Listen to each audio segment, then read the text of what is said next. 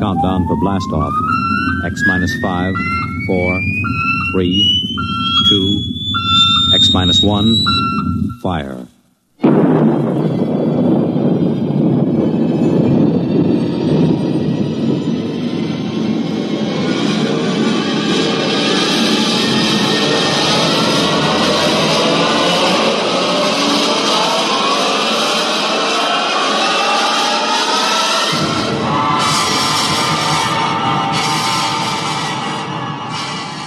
From the far horizons of the unknown come transcribed tales of new dimensions in time and space.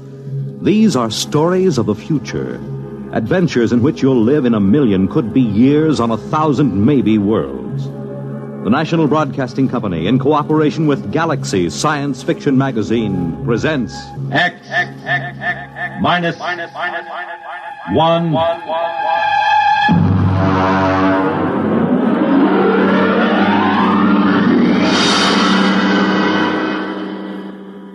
Tonight's story, A Gun for Dinosaur, by L. Sprague de Camp.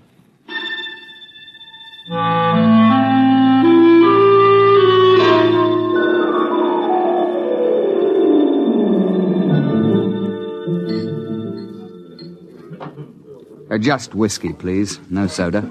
Ice, Mr. Rivers? Good heavens, no. I have been in America for some time, but not that long. Well, to a fine dinosaur. Well, now, just a moment, Mr. Seligman. I won't take you hunting late Mesozoic dinosaur. Why not? How much do you weigh? About 9 stone? 130 pounds. Yeah, I thought so. It's not heavy enough. But your advertisement. You said safaris arranged to any time period. Well, I'll take you to any period in the Cenozoic. I'll get you a shot at any entelodont or even mammoth or mastodon. They have fine heads. But I'll jolly well not take you to the Jurassic or the Cretaceous. You're just too small. But what's my weight got to do with it? Now, look here, old boy. What did you think you were going to shoot those dinosaurs with? Well, Well, look over here in this case. That's my own gun, a Continental 600. That shoots a pair of Nitro Express cartridges the size of bananas. It's designed for knocking down elephant, not just wounding them, but knocking them base over apex. Well, now, I've handled guns. No. Look, I've been guiding hunting parties for over 20 years. But I've never known a man your size who could handle the 6-0. It knocks him over. Well, people have killed elephant with lighter guns, even a 375. Yes, but consider an elephant weighs, well, let's say from 4 to 6 ton. You're planning to shoot reptiles weighing 2 to 3 times as much as an elephant. Now, I tell you, Mr. Seligman, I won't take anybody hunting dinosaur who can't handle a 6-0. Look, let's pour another drink and I'll tell you why. You see, I went into the partnership with the Raja about 5 years ago. I call him that because he's the hereditary monarch of Jaipur. It means nothing, of course. We both wanted to do a bit of hunting again. And Africa's all played out. It's too civilized now. So when we heard of Professor Prohaska's time machine at Washington University, we caught the next plane to St. Louis. The foundation administering the machine had worked out an arrangement splitting the time between scientific parties and hunters who wanted to try their luck at prehistoric game. Hunters paid through the nose, of course, to support the project. Well, it was about our 5th safari that Courtney James showed up. He's what you chaps call a playboy. He's a big bloke, handsome in a way, florid, beginning to turn to fat. He was on his 4th wife. And when he showed up at the office with a blonde, I assumed that this was the 4th Mrs. James. But he left her in the outer office and corrected my assumption. Bunny? Oh, no, she's not my wife. My wife is in Mexico, I think, getting a divorce. But Bunny here would like to go along. I'm sorry. We don't take ladies. Not to the late Mesozoic. If she wants to go, she'll go. She skis and flies my airplane, so why shouldn't she? There are enough risks at 85 million BC without adding to them. I'm sorry, but it's against the firm's policy. Now, look here. I'm paying you a lot of money. I'm entitled... You can't hire me to do anything against my best judgment. Now, if that's how you feel, get another guide. All right. But let me tell you.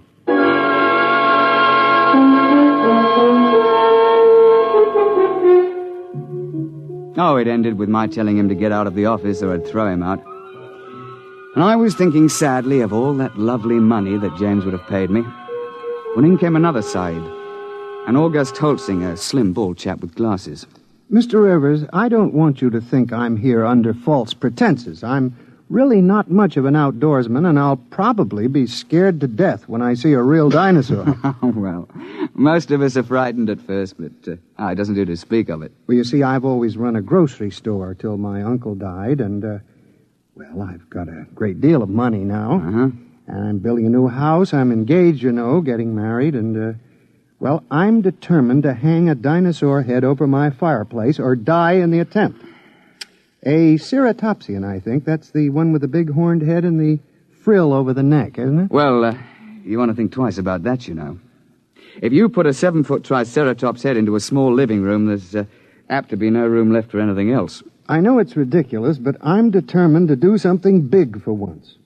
Since there's no more real big game hunting, I'm going to shoot a dinosaur and hang his head over my mantel. I'll never be happy otherwise.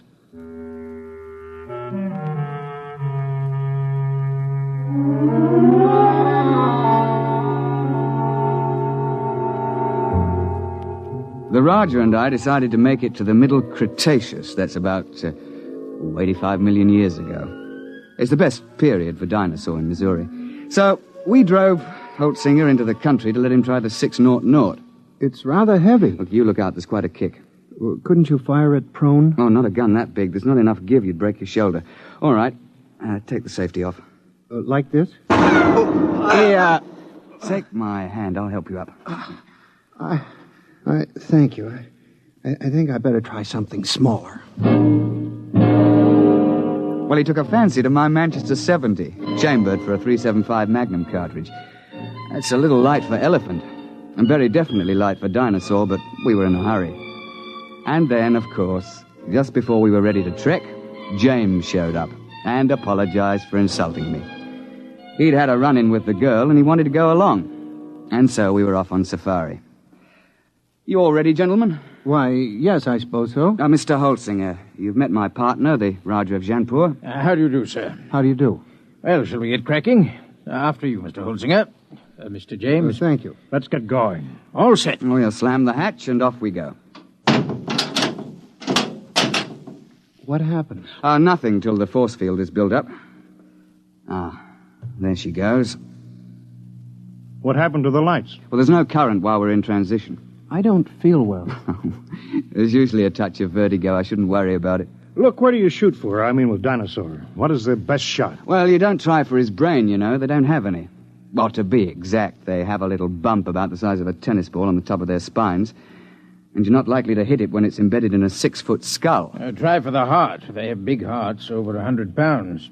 An exploding shell in the heart will slow them down, at least. Oh, I see. Why do we have to go so far for game? Why couldn't we just go back 50 years and shoot lions in Africa? Well, the machine won't work more recently than 100,000 years ago. Why? Well, look, I'm no four-dimensional expert on the subject, but it has something to do with what they call time paradox. You know, if people could go back to recent times, they might do something to affect history or kill their own grandfather, you know. And there's also some kind of taboo about sending people back to the same time again. There's paradoxes. Mustn't have them. What would happen? I'm not sure, but the university isn't taking chances. They've got about a billion years to cover. They won't run out of eras. Hello? Here we go. Oh, cheers, eh? Well, that's done it. April 24th, 85 million years BC. Now then, careful. Keep the safety on your gun. And don't shoot unless I give the word. Why? Why should we have to wait for you? Because I'm responsible for everything you do. Especially if something goes wrong. I say, Roger, open the door, will you?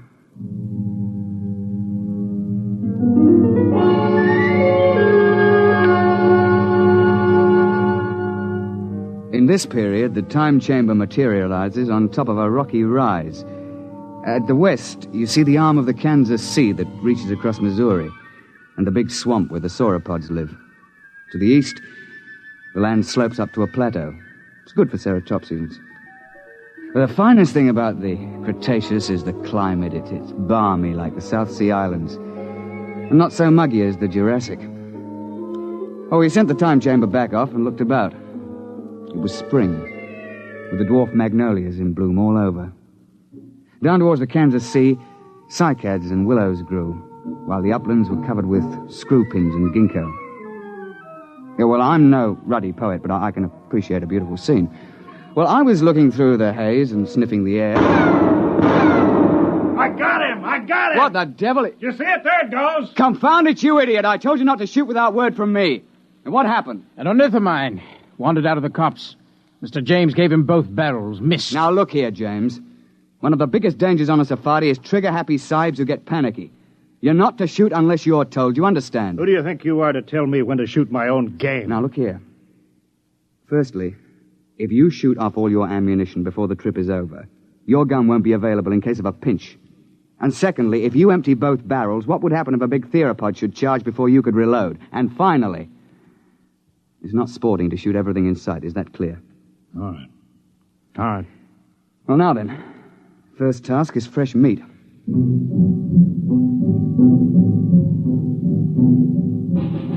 As I told you, Holsinger wanted a ceratopsian head.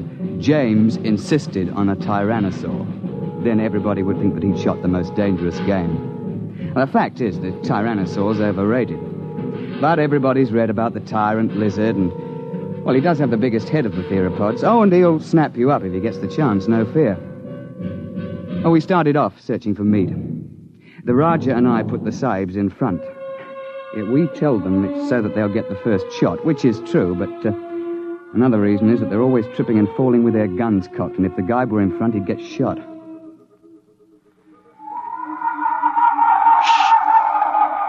Boneheads. Where? See? Crouching over there. Feeding on those cycads. It's about the size of a man. They look intelligent. Well, not likely. That bulge on the head is solid bone. Now then, hold on there, James. You've had your shot for the day. Hold your fire until Holsinger shoots. Yeah, sure. All right, go ahead, Mr. Holsinger. Doesn't matter which one. No, here. Try that one by the rock. There's a good clear shot. Well, take your safety off. Oh. Go ahead now. Well? Shh. Nuts. I've had enough of this. James, don't... I got him clean right through the heart. First shot. How's that? I thought you were going to give Holsinger the first crack. It's his turn. Well, I waited. Took so long I thought he'd gotten buck fever. Very well. But if this sort of thing happens once more, we leave you at camp the next time we go out. The next couple of days, we trekked around the neighborhood and then headed over to the sauropod swamp, over to the west. We were staked out along the edge of the lake, watching a big beggar out in the swamp waving his head about, and they're the big ones. They look something like the brontosaur. Can't we shoot him? I wouldn't. Why not? Well, there's no point to it, and it's not sporting. Look, if you kill one in the water, he sinks and can't be recovered, and if you kill one on land, well, the only trophy is that little head on the top of that long neck. You can't bring that whole beast back because he weighs 30 tons or more. That museum in New York got one. Oh, yes. Well, they sent a party of 48 to the early Cretaceous with a 50 caliber machine gun. They spent 2 solid months hacking and sawing the carcass apart and hauling it to the time machine. I know the chap on the project, and he still has nightmares in which he smells decomposed dinosaur. And they also had to kill a dozen big sauropods who came in for the party. And then they had them lying around, too. They lost 3 men. Reggie, Duckbill. Where? Where are they? Up there at the shoreline. Now, keep your voices down. You see? With the crest on the back of their heads. Mr. Rivers, I've been thinking over what you said about those heads. If I could get one of those duckbills, I'd be satisfied. It'd look big enough over my mantle, wouldn't it? I'm sure of it, old boy. Well, let's be off. Roger, you wait here with Mr. James. Shouldn't take us long.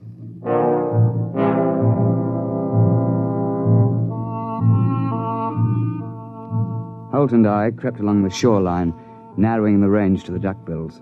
I think I can make the shot from here. I'll be ready in a minute. My shoe is loose. He's getting away. I won't get a shot. I'm afraid Mr. James has fired both barrels again. James, that's the second time you spoiled my shots. I ought Don't be a fool. I couldn't let them wander into camp stamping everything flat. There was no danger of that. You can see that the water is deep offshore. It's just that our trigger-happy Mr. James can't see any animal without shooting. And if it did get close, all you have to do is to throw a stick of firewood at it. They're perfectly harmless. Well, how was I to know? I believe I mentioned it. Well, what are we on this miserable trip for, except to shoot things? There are certain rules, you know. You call yourselves hunters. I'm the only one who was hitting anything. Now, just a moment, old man. You're behaving like a confounded skite with more money than brains. I should never have brought you along. Well, that's how you feel. Give me some food and I'll go back to the base by myself. Now, don't be a bigger ass than you can help. That's quite impossible. All right, I'll go alone. I wouldn't want to pollute your air with my presence. Yeah, that's an attractive thought, Reggie, but we can't let him go. He'll get lost or starve. All right, I'll go after him.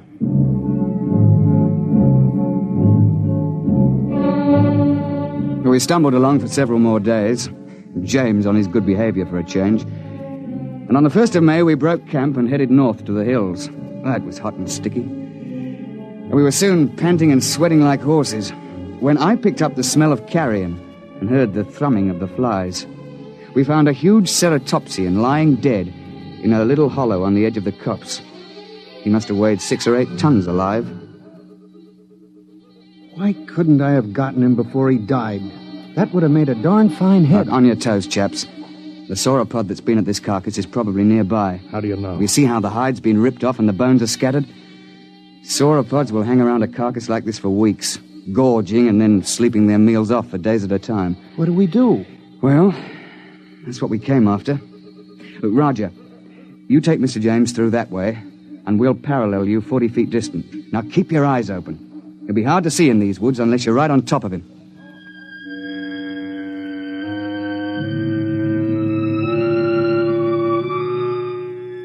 We pushed through the edge of the copse, looking for the huge flesh-eater who'd been at the carcass. I could hear James and the Rajah pushing ahead on my right. We were separated by a gully when I heard a noise ahead on our left. What is it? I don't know. Take the safety off your gun. Oh, there it is. It's one of those boneheads. Ah, well, they're not dangerous at any rate. But be careful. That sauropod might still be around here. I've got him! Got him clean! Well, he's done it again. He shot the bonehead. I've got him!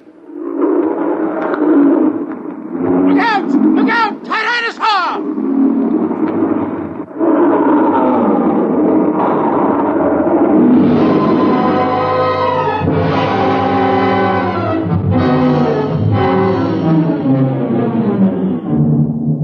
The Tyrannosaur heaved his head out of the shrubbery just in front of us. Look, the scientists can insist that Rex is bigger than Trionches, but I'll swear that this Tyrannosaur was bigger than any Rex ever hatched.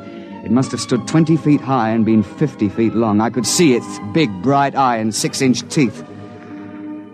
He'd been sleeping off his last meal, and James fired off both barrels over his head at the bonehead and woke the Tyrannosaur up.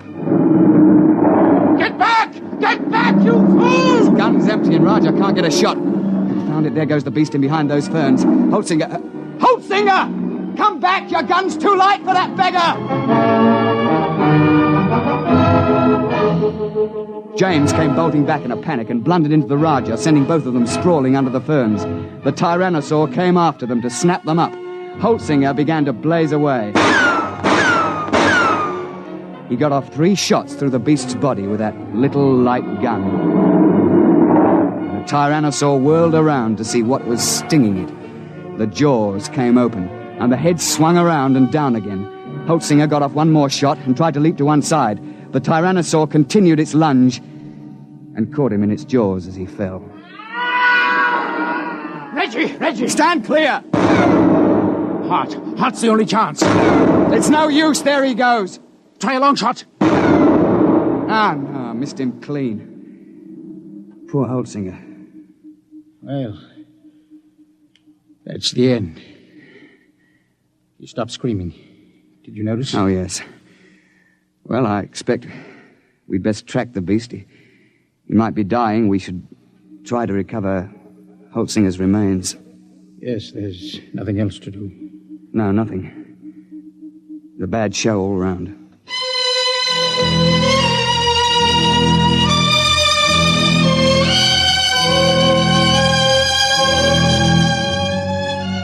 An hour later, we gave up and went back to the glade looking very dismal. Where have you two been? We were occupied. The late Mr. Holtzinger. Remember? You shouldn't have gone off and left me. None of those things might have come along. Isn't it bad enough to lose one hunter through your stupidity? What? Sure, you put us in front of you, so if anybody gets eaten, it's one of us. That's... You stinking little swine. If you hadn't been a first-class idiot and blown those 2 barrels again, this never would have happened. Holtzinger died trying to save your worthless life. And I wish he'd failed. Oh, I ought to... Now then, my laddybuck, I'm glad you did that. It gives me a chance I've been waiting for. Now get up, and I'll be glad to finish off. You won't finish anybody off. All right, put your hands up. Both of you. Put that gun away. Don't be an idiot. I won't let anybody do that to me. You can't get away with murder. Why not? Won't be much left of you after you're hit with a 600 explosive shell. Nobody could prove anything. They can't hold you for a murder 85 million years old. The statute of limitations, you know. Nice work, Roger, old chap. Yes. Cretaceous rock. Doesn't quite have the balance of a cricket ball, but it's a bit harder, what? Well, suppose we tie this chap up and take him back to camp.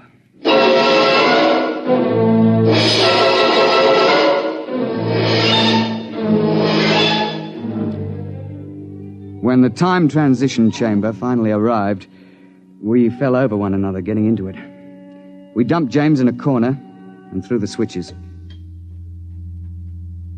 You two should have killed me back there. Why? You don't have a particularly good head. You wouldn't look at all well over a mantle. You can laugh, but I'll get you someday. Close quarters, isn't it? Someday I'll find a way. I'll find a way and I'll get off scot-free, too. My dear chap, if there was some way to do it, I'd have you charged with Holtzinger's murder. Look, you'd best let well enough alone. No, I'll kill you. Both of you. Somehow. Cigarette, Roger? Thanks.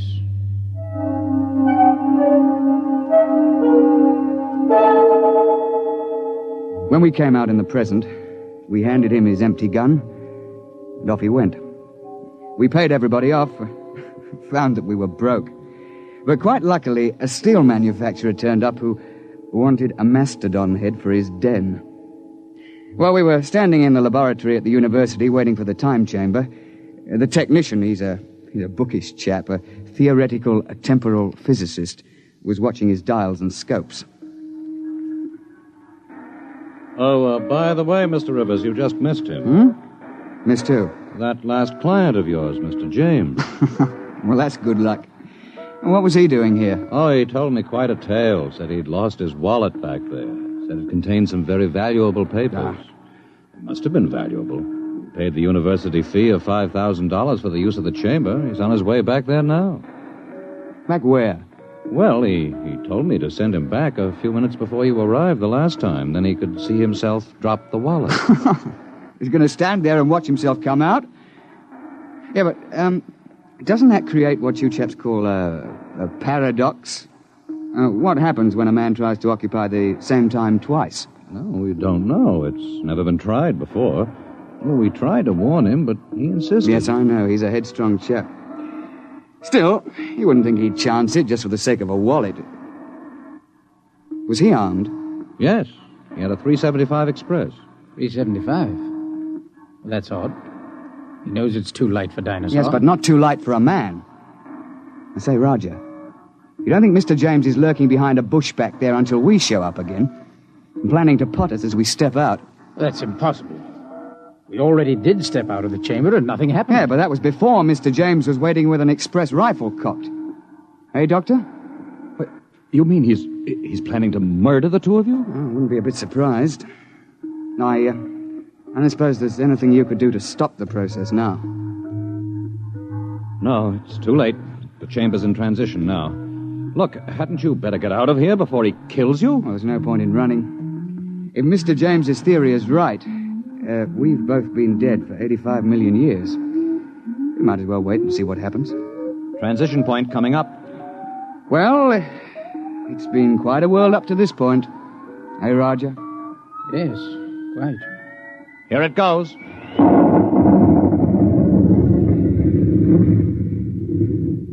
Reggie, are you all right? Well, I seem to be. What happened? The time chamber. It's back. We'd better get it open.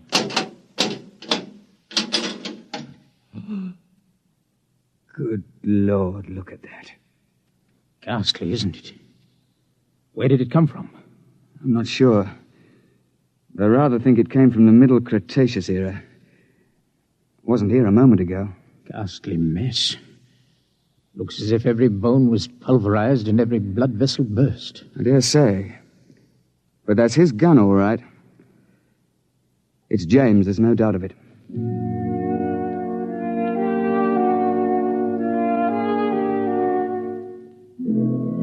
So, that's the story, Mr. Seligman. Of course, I don't understand the mathematics, but the idea's rather easy to grasp. Nobody had shot us when we first emerged on the 24th of April, 85 million BC. And so, of course, that couldn't be changed. The instant James started to do anything that would make a paradox, the space-time forces snapped him forward and ripped him to bits. Well, they know a good deal about that now, and there's a safety margin of 500 years between each trip. You can't have paradoxes, you know. It just isn't done. And you see, I'm a lot more careful now. I shouldn't have taken James when I knew what a spoiled, unstable sort he was. Or Holtzinger either. When I saw that he was too small to shoot a dinosaur gun. With a heavier gun, he'd probably have knocked the Tyrannosaur down and saved his own life. So, Mr. Seligman, that's why I won't take you to that period to hunt. I'm sorry, but you're just too light. You're not big enough to handle a gun for dinosaur.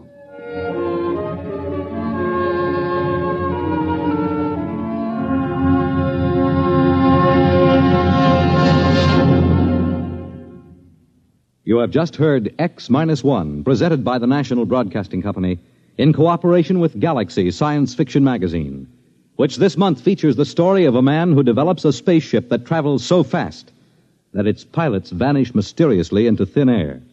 Read the Vaughn Shelton story, Point of Departure, in Galaxy Magazine, on your newsstand now. Tonight, by transcription, X-1 has brought you A Gun for Dinosaur, a story from the pages of Galaxy, written by L. Sprague de Camp, patent consultant and one of our leading authors of science fiction. It was adapted for radio by Ernest Kenoy. Featured in the cast were Alastair Duncan, Wendell Holmes, John Gibson, Donald Buca, Warren Parker, and Alan Hewitt. Your announcer, Fred Collins. X-1 was directed by Daniel Sutter and is an NBC Radio Network production.